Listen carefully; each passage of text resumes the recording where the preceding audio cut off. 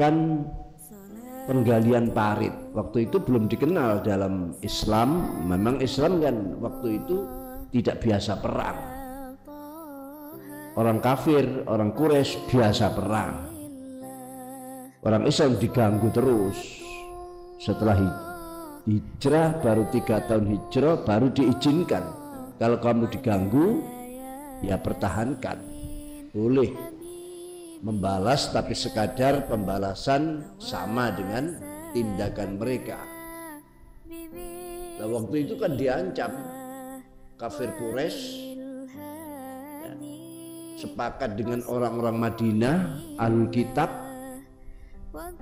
yang ada di kota Madinah. Banyak kelompok-kelompok Madinah ini dari berbagai agama-agama lain, di samping orang munafiknya. Munafik yang paling berat waktu itu kan Abdullah ibnu Salul. Akhirnya mereka sepakat, semua orang Madinah yang jumlahnya jauh lebih besar, terdiri dari berbagai agama-agama yang ada, sepakat dengan orang kafir Mekah untuk bersama-sama nawur, ya, nawur, mengeroyok Kanjeng Nabi dan sahabat yang jumlahnya masih kecil.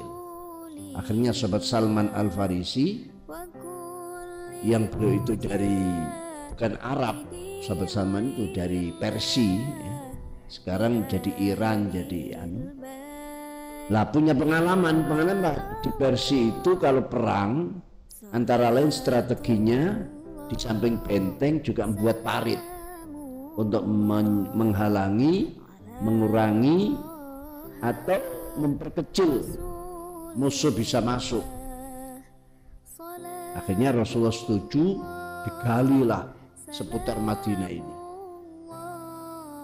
dan hanya diberi jalan setapak, sehingga musuh kalau masuk tidak bisa bersamaan, ya paling 1-2 orang. Lah itu gampang dicegati, ya, 1 orang lewat tangkep. Itu strategi. Nah, waktu menggali kan berat. Madinah kan banyak batu-batuan, pasir, batu. Sahabat kepayahan, banyak yang pamit pulang karena kelaparan. Ternyata Rasulullah terus mencangkul, bahkan ada batu yang berat untuk bisa dipecahkan. Sahabat-sahabat sudah berat, angkat tangan, tidak bisa membelah batu itu, ya, sehingga mengganggu kelancaran menggali parit. Akhirnya diserahkan Rasulullah, diminta Rasulullah, cangkulnya langsung dicangkul Rasulullah, cangkul pecah batu ini. Jadi sahabat-sahabat yang kuat-kuat itu, yang latihan sing sterek-sterek, ya, kaya pasir sterek. Sopo lagi gak kuat, pasir gak kuat. Rasulullah yang begitu lunak dan tiba-tiba menjadi perkasa, batu yang kuat dipecok langsung terbelah. Itu. Lalu sahabat Jabir melihat sahabat-sahabat yang lain sudah kepayahan, banyak yang loyo, banyak. Akhirnya sahabat Jabir dan melihat Rasulullah yang lain sama istirahat, minta izin ke Rasulullah istirahat. Rasulullah tetap terus tidak berhenti, sampai sahabat Jabir itu kasihan, ini Rasulullah tidak berhenti-henti, ya, menggali parit tidak berhenti-henti. Padahal parit di Madinah, bayangkan berapa lebarnya, dengan sungai di depan jauh lebih besar parit. Akhirnya bisi Rasul, ya Rasulullah istirahat, saya buatkan makanan, tapi ajak beberapa gelintir sahabat. Karena persediaannya sahabat Jabir memang hanya untuk cukup 3-4 orang makanan itu.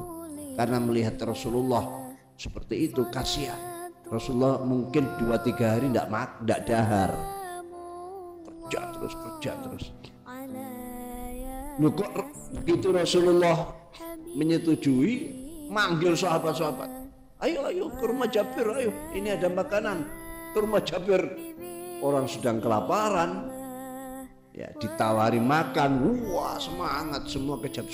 Sahabat Jabirnya bingung, nah, ini saya tadi minta Rasulullah hanya 2-3 sahabat, ini kok malah puluhan ratusan sahabat yang datang ke rumah, tidak cukup makan.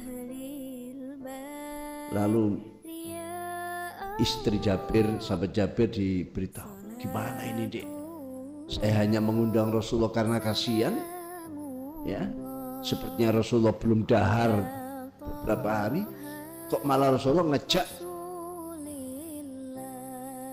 Karena sudah kadung ditangani, akhirnya Rasulullah dengan sahabat datang, sudah saya ikut masak, jadi Rasulullah ikut masak sampai mateng. Lalu nasinya, katakanlah nasinya ini Rasul yang naningi sendiri, dibagi-bagi. Ayo rombongan ini masuk, bagi. Selesai rombongan lain masuk, sampai ratusan itu semua makan, kenyang, nasinya tidak habis. Padahal nasi itu hanya cukup 2-3 orang. Ya barokah astane Kanjeng Nabi itu. Salah satu di antara mukjizatnya Rasulullah. Jadi Rasul itu sering lapar, jangan dianggap Rasulullah ya. Bukan laparnya sehari, 2 hari, 3 hari, tapi kekuatannya